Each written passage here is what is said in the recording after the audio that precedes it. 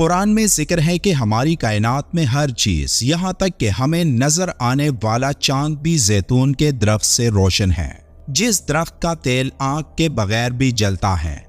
اب یہ کیسے ممکن ہے؟ تو اس آیت پر سائنسدانوں نے ریسرچ کی اور زیتون کے تیل کا ایسا راز دریافت کر لیا کہ جس نے قرآن کی سچائی ان کے سامنے رکھ دی۔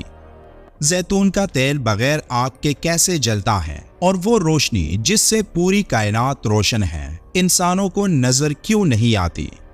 سائنس اس حوالے سے کیا کہتی ہے؟ ان تمام باتوں کا جواب آج کی اس ویڈیو میں۔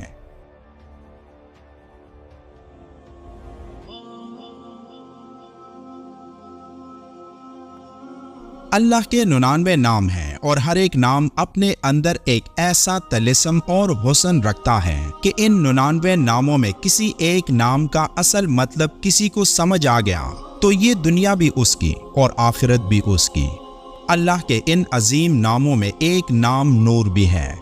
نور جسے ہم روشنی بھی کہتے ہیں، لیکن یہ وہ روشنی نہیں جس کی پہچان ہمیں ہے، بلکہ یہ وہ روشنی ہے جو ہماری سوچ سے 7 آسمانوں کی بلندیوں پر ہے۔ کبھی آپ نے سوچا کہ ہمیں ہر چیز نظر کیوں آتی ہے؟ آپ کے پاس اس کا جواب روشنی ہے، اور یہ روشنی سورج اور چاند سے ملتی ہے۔ لیکن یہ پوری کائنات جس میں اربوں کربوں کہکشائیں ہیں اور ہر کہکشاں کے اربوں ستارے ہیں، تو ایسے میں ان اربوں کربوں کہکشاؤں کو روشنی کہاں سے ملتی ہے؟ یہ وہ سوال ہے جس کے پیچھے دنیا کے ذہین سائنسدان صدیوں سے تلاش میں ہیں، لیکن اس کا جواب قرآن کی سورہ النور کی آیت 35 میں اللہ نے ان الفاظوں میں ذکر کیا ہے کہ اللہ نور ہے آسمانوں اور زمین کا۔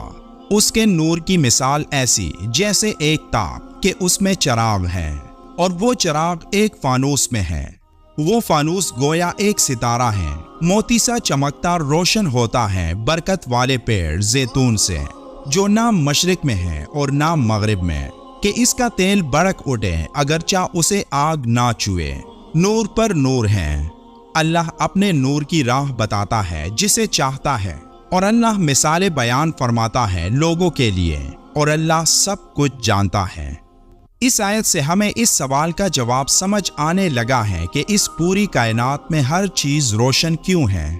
اللہ کے نور کی اس روشنی کی پہلی کرن حضرت محمد صلی اللہ علیہ وآلہ وسلم کا نور تھا۔ اللہ نے قرآن کو حضرت محمد صلی اللہ علیہ وآلہ وسلم کے نور کو اس وقت سکھایا جب حضرت آدم علیہ السلام کی تخلیق نہیں ہوئی تھی۔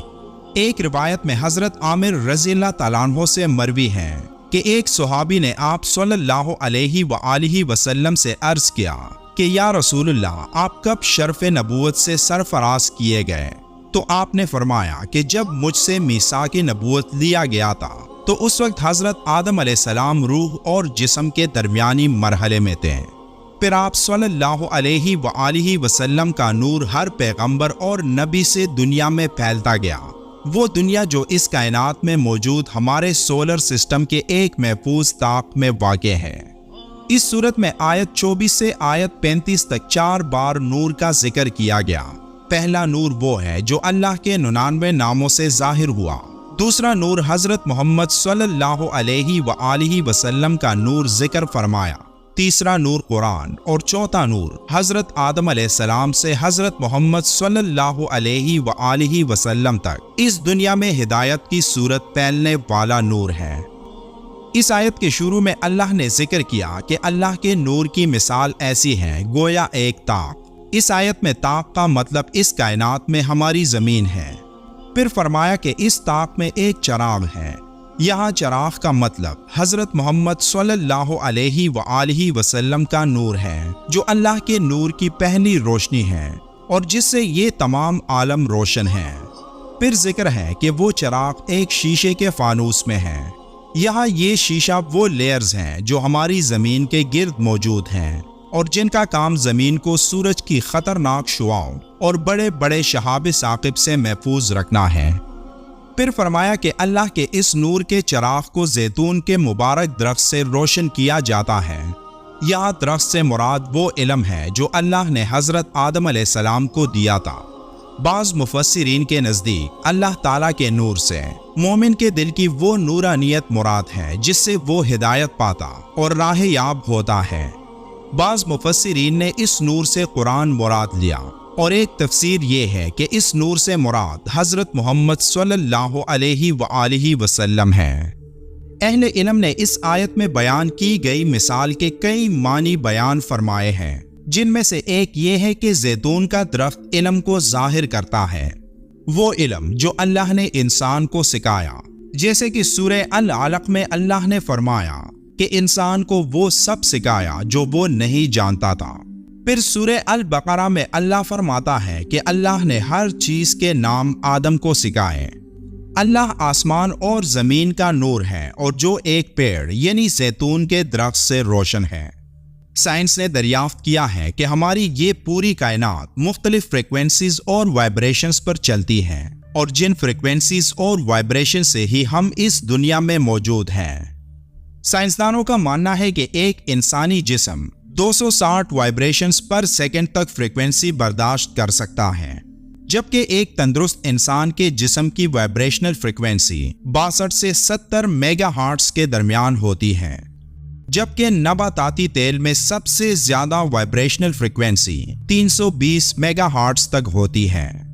اب سوال یہ ہے کہ ایک انسان اس تیل کو زیتون کے درخت یا مختلف پھولوں کے اندر کیوں نہیں دیکھ پاتا؟ تو اس کا جواب یہ ہے کہ ایک انسان بہت زیادہ یا بہت کم فریکوینسیز میں نہیں دیکھ سکتا۔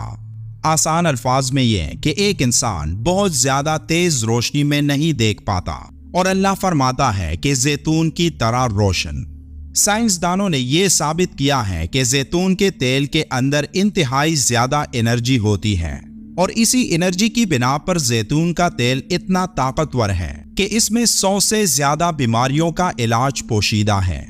یہاں تک کہ سائنس کے مطابق اگر کوئی زیتون کے درخت کے نیچے بیٹھ جائے تو اس سے نکلنے والی ہائی انرجی کی وجہ سے اس انسان کے کمزور خلیات بہتر ہونے لگتے ہیں، جو ایک انسان کو تندرست اور ایکٹیو رکھتا ہے۔